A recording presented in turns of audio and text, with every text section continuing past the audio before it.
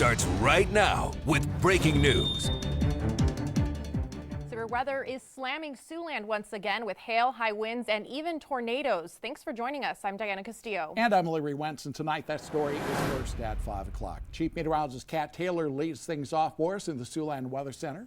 Kat, where are those storms now, and where are they going over the next few hours? They're in northeast Nebraska. They're going to be working their way toward I-29 here within the next 3 to 4 hours. Unfortunately, just got word from the National Weather Service in Omaha that the conditions that have been favorable for tornadoes today will only get more favorable over the next 2 to 3 hours.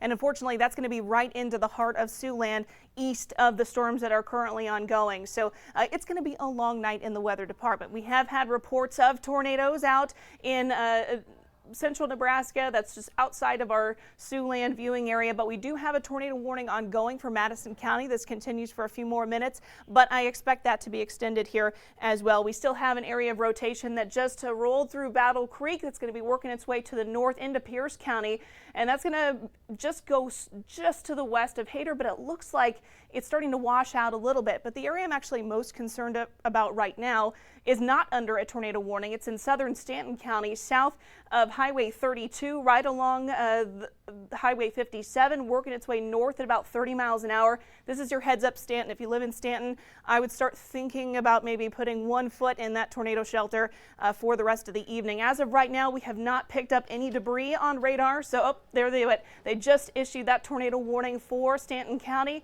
and that's going to be going probably for the next 30 minutes to an hour. And again, that area of rotation is concerning. No confirmation on that tornado right now. 5:45 is the warning there for Stanton County. Tornado watch until 9 o'clock tonight, and it does include the Sioux City metro. So as we go through the night, those storms will work their way toward the north and east, and we are expected to have more tornado activity through the next 2 to 3 hours. So keep it on Siouxland. We'll keep you ahead of the storm. Tonight, Iowa pork producers are pushing back after yesterday's split decision ruling from the U.S. Supreme Court backing a California law that impacts pork production in Iowa and across the country. California Proposition 12 bans the sale of pork produced in states where hogs are held in crowded areas, like Iowa, which the National Pork Producers Council says produces 80% of the pork sold in California. Reporter Bo Bowman explains the effect that ruling and the law could have on Iowa's pork producers. We believe the animal welfare is better served by the systems we have. Eldon McAfee, a lawyer representing the Iowa pork producers, says there is no science to back up California's Proposition 12. It's a new law held up by the United States Supreme Court on Thursday, requiring pork sold in the West Coast state to come from farms where sows are given at least 24 square feet of space with the ability to lie down and turn around. Much different than the commonly used gestation crates California voters call animal cruelty. They'll have to change their housing methods, etc. So it'll be a substantial economic burden, and that what was argued to the court. If Iowa hog farmers are forced to make the change, McAfee says it could drive up the price of bacon, ham, and other pork products, and some producers could go under. Many have looked at this, economists, etc., and believe that it'll force smaller producers out of business because they won't be able to afford to make the changes. The Iowa-based National Pork Producers Council and the American Farm Bureau Federation challenged California in front of the Supreme Court, claiming Proposition 12 could cost the industry almost $300 million.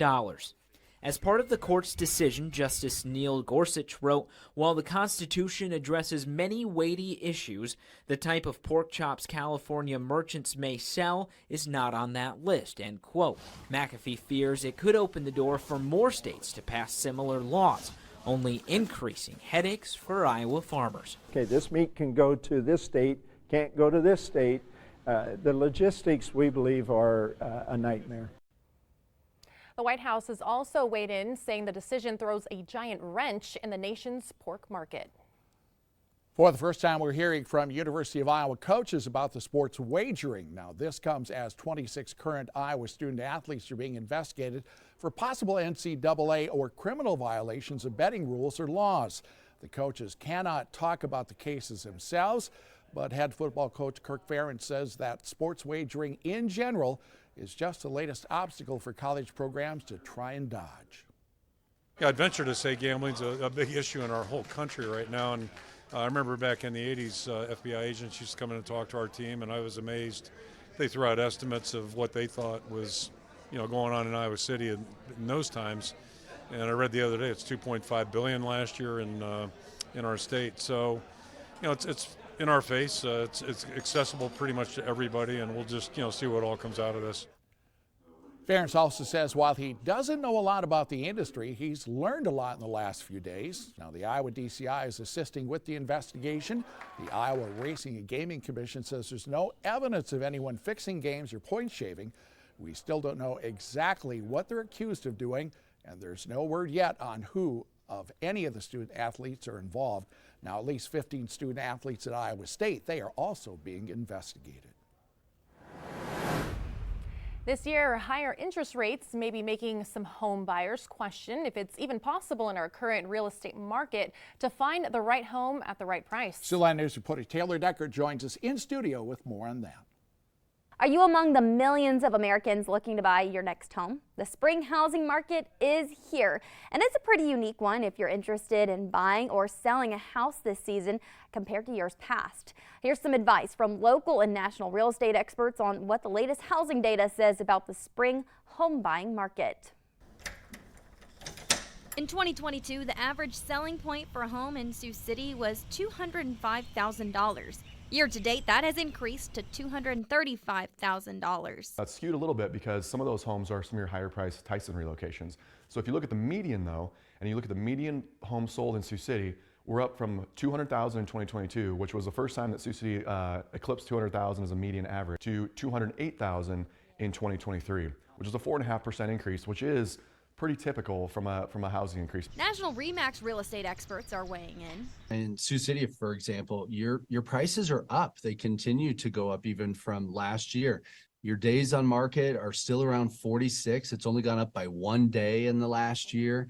And you are seeing more houses in your market come on the market, but with the demand that's out there, if they're sitting, chances are good that they're not priced right. And that can be sometimes the biggest mistake that sellers make. They say a high price tag can be detrimental to a seller, actually selling between 5 and 8% lower than market price. Having a great agent that knows the market, that knows what the pricing is, that is one of the most important things that sellers can get right. Carlson Group has 11 properties under contract in the Siouxland area just this month, helping people buy and sell their homes.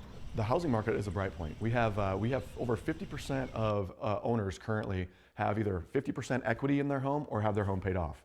What's that mean? That's a strong foundation for our housing market. So I think that you're going to continue to see prices, increase at a steady amount, at 4.5%. Sellers are going to want to, again, price their homes correctly. In this current market, if you've got a good lender, buyer, and agent, that's a formula for success.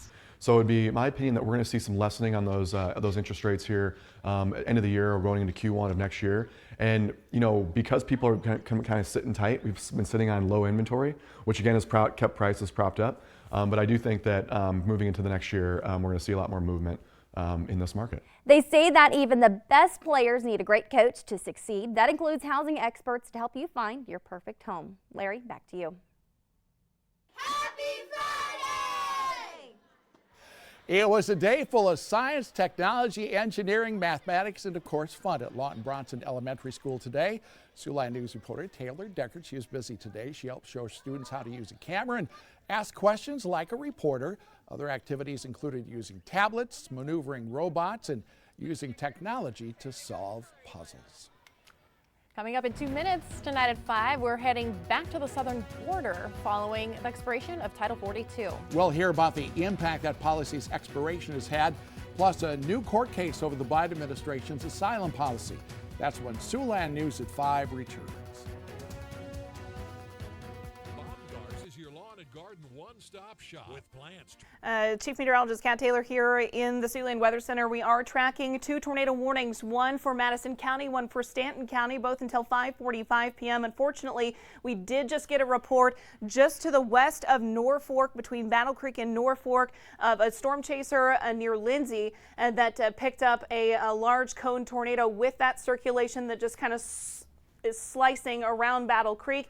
Thankfully, has missed Hater, and we haven't seen any indication of debris being lofted on the radar from Battle Creek, but of course we're going to be watching for that. If you do have any reports out of Battle Creek, please send that information to weather@SiouxlandNews.com. Otherwise, we are going to be tracking another potential tornado just to the south of Stanton. If you live in Stanton, please take your tornado precautions right now. You want to get to the bottom floor of your house, put as many walls between you and the outside as possible. An interior closet or bathroom is a great place to be. If you have a helmet, a pillow, a book, something to put on the back of your head, that's the best thing you can do to keep yourself safe. Otherwise, this does look like time of arrival in Stanton at 5:21 p.m. at 5:31 in Spurville. So this is the area we're very concerned about right now. So please take your tornado precautions now. If we have any more information, if it is a confirmed tornado, we will be back here through the rest of the newscast. Homeland Security officials say there was no substantial increase of migrants overnight at the southern border following the lifting of Title 42.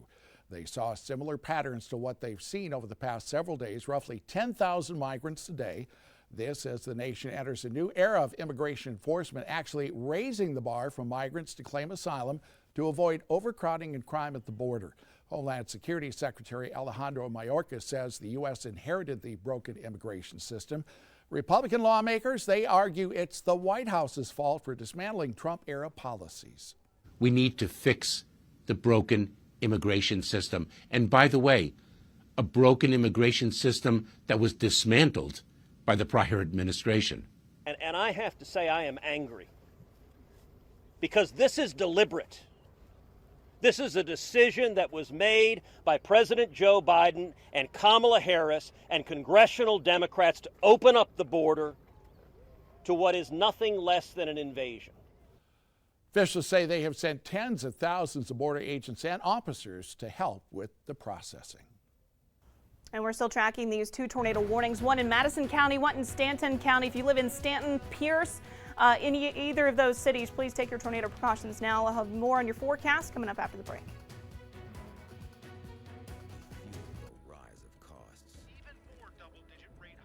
With Chief Meteorologist Kat Taylor. It's going to be a busy weather night in the weather department here. Unfortunately, our conditions to the east of these thunderstorms are more favorable for tornadoes. So it looks like we're going to be dealing with these issues through the rest of the evening. We do have a tornado warning for Stanton County as well as Madison County, both until 5:45. One with a confirmed tornado a few minutes ago, one that has some really strong rotation. And not only we're talking about tornadoes today, but we're also talking about very large hail. We have a big hail core here with tennis ball size hail possible. This is just to the west of Madison, about to cross Highway 52, pretty much going parallel with 57 up Stanton County. So that's going to be headed its way towards Stanton. We also have what was a confirmed tornado from Battle Creek. It is just moving to the south of Pierce. Thankfully, that presentation on radar is looking a little less concerning. So I'm thinking this is probably not on the ground anymore, but always a good idea to still take your tornado precautions in Pierce just in case. We still have a good amount of rotation on radar. This looks a little broad, which is always, it's a very good sign right now, but also it's presenting, just tightened up, right as I said, it was broad. Unfortunately, this is this tighter rotation moving into Stanton. Stanton, please be in your tornado shelters now. And if you know anyone in Stanton, go ahead and call them, let them know that they need to be in their basement. So right now, arrival time for Stanton is 5:24, 5:34 in Spurville. It's moving directly north at about 30 miles an hour.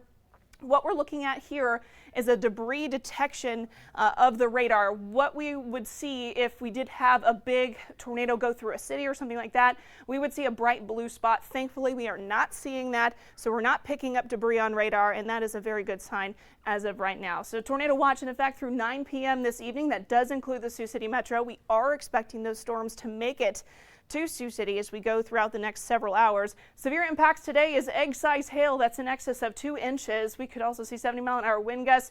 I think we're past a couple tornadoes being likely, and we could also see some localized 1 to 2 inches flooding rainfall with these thunderstorms just because they're just sitting over the area for an extended period of time.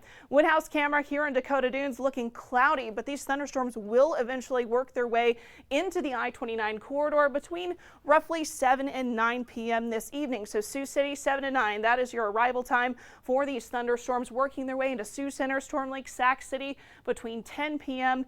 and midnight-ish, and then they will start to wash out in the Iowa Great Lakes area toward the early morning tomorrow. Unfortunately, we're not done with the risk for severe weather. We have another chance tomorrow. That's generally going to be in the Iowa Great Lakes, Spencer, Storm Lake, out to Sibley, even Sioux Falls, where we see thunderstorms developing early in the afternoon tomorrow and continuing through the evening. Again, another chance for possibly some large hail, tornadoes as well, with showers continuing. So we're going to be watching that area right there for the chance for severe weather tomorrow. But for tonight, it's going to be a long night in the weather department. 62 degrees, severe thunderstorms, 1 to 2 inches of rain, east-southeast wind at 10 to 20 miles an hour. Tomorrow we have a daytime high of 83, scattered severe thunderstorms east of I-29, and those storms will generally stay in the Iowa Great Lakes area, where we could have the potential yet again for severe thunderstorms. So extended forecast once we get past tomorrow, things really start to settle down. We finally get some suns on your 7-day, and you get to see some nice weather as we head into the rest of the week. So I have just a few more minutes. I'm actually going to back right back up to that tornado warning. I want to take one quick look while I have the time this evening. So we're still watching these storms very carefully in Madison and Pierce, Stanton County. This is going to be Pierce, where we have that little washout of a tornado, and then we also have the potential tornado moving into Stanton. So again, if you are in Stanton, please take your tornado precautions. I'll be covering this throughout the rest of the evening. All right, thanks, Kat. Coming up in 2 minutes, we've got to look back at the history of our newsroom and a special message to you, our viewers. Stay with us.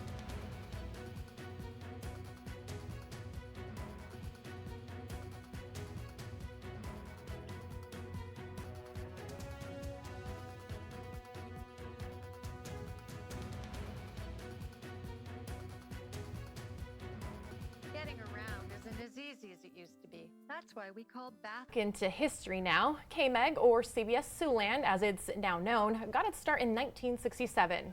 And news started out as an important building block in those very early years. Well, this is a lot different than I was used to at KMEG back in 1976, so it's certainly been a while. Back then, former Sioux City School Board member Cindy Deck was known as Cindy Marsh. Shortly out of high school, she made history, joining KMEG as the first woman to solo anchor an evening newscast in Sioux City, Iowa, and possibly the nation. Getting on to the other part of our program, while Sioux Cityans were involved in their problems. Being a solo anchor of the 6 and 10 was entirely a men's profession at that time. And so I had a real opportunity to go in and do what I was enjoying to do professionally, and because of my sex, make a difference for women. At times, women were some of her toughest critics, but judging by the mail, she managed to win most over. They would want me to be their granddaughter, or wish I'd marry their grandson, and I think maybe I had a little bit of an innocent, and I was quite innocent, frankly. Deck wasn't the first woman in the KMEG newsroom. Jolene Stevens, who's a veteran Sioux City journalist, also helped pave the way for others. Clark Edwards was the first news director, followed later by John Poston. And the vice president right now has come down the landing ramp of his plane. He was just an all-around great journalist and a guy who never backed down. Gene Ambrosian recently retired from Morningside College. He was one of Poston's young reporters, first joining the station answering phone calls. Larry Finley, now executive director of the Mid-American Museum of Aviation and Transportation, was the station's first director of film services. That man could pick up the phone and call most anybody, and if he didn't know them personally, he could convince them that he knew them and that they knew him, but they had just forgotten. But the newsroom's time and Deck's were short-lived, as she found out when telling General Manager Bob Donovan she was leaving for college. And he said, "I'm so glad, because I want to close the newsroom, and I just hired you, and I didn't want to do that to you." KMEG's weak UHF signal just couldn't reach enough viewers to sustain the costs of a newsroom. It wasn't until the Halloween blizzard of 1991 that the idea of doing at least local weather again cropped up, when KMEG was the only station able to stay on the air. Siouxland's most accurate forecast, the KMEG Weather Eye. Hello, everybody. Doppler radar this evening showing that we are in pretty good And by shape. 1992, KMEG had hired Paul Hager from Beaumont, Texas, to do local weather updates. Mississippi River going into Wisconsin and Illinois. But to do weather and news would require a new owner, Norm Waite Jr., who'd been part of the success of the Gateway Computer Company. Norm wanted to own a local television station and make his mark in Sioux City on his hometown. And it would eventually require a different location than KMEG's longtime home near the rail yards in Floyd Boulevard. You could hear the trains go by in the yard when throughout most of the day. In 1999, South Texan Kim Bridger began assembling a new news team.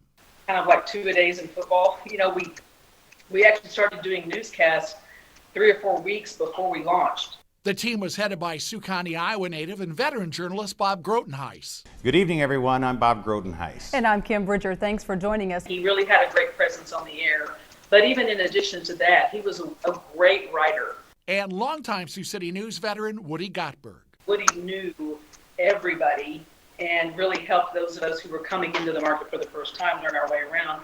About a year later, with nearly everything in the building and on the news set already moved, the last newscast was held at Floyd Boulevard. The following Monday, a new era for KMEG News unfolded at 100 Gold Circle in Dakota Dunes, South Dakota. Finally tonight, some of you may have already heard, this is our last newscast here on CBS Siouxland and Fox Siouxland. We have had the pleasure of working with so many wonderful people in front of and behind the camera over the years. Far too many to name, but we cherish their contributions to our newscast, and most of all, we cherish their friendship. We've been a family who've pulled together during the bad and stressful times, the good and exciting times, and we've done it the last 9 years under the guidance of News Director Diana Castillo. KMEG went on the air in 1967 with the newsroom that closed in a similar manner about 10 years later. It was 1999 when the station relaunched news under the guidance of Kim Bridger, the late Bob Grotenheis, and Woody Gottberg. During these 24 years, we've won numerous awards for our news, weather, and sportscasting, but our greatest pride came from serving you, our community. It's been an honor that you allowed us into your home and made us a part of your family. On Monday, we are transitioning to the national desk and a new way of delivering the news. But as we sign off on this broadcast, we want to say one last time, thank you and good night. Now, as we leave you during this 5 o'clock newscast, we have a host of current and former KMEG employees who have joined us tonight for this fond farewell, I guess you could call it. There they are, waving their hands. There are people there who actually helped put KMEG on the air back in 1967 and who worked in that newsroom for those first 9 to 10 years. And they have come back to join us again tonight for definitely a sad event, but we want to thank them for all they've contributed to us over the years and just say thank you very much. And we will miss all of you, and we will miss the Siouxland community, but thank you so much for being with us during all of this time. We will still be here for tonight at 10, yeah, so we're not done yet. We're not done yet. And 9 o'clock on our Fox affiliate, yes. But after that. Yes. And of course, you can trust that I will be covering these tornadoes through the rest of the evening on CBS and on Fox. All right, that is it for us here at 5. Have a good night. See you back here at 10. Thank you, Siouxland. We love you.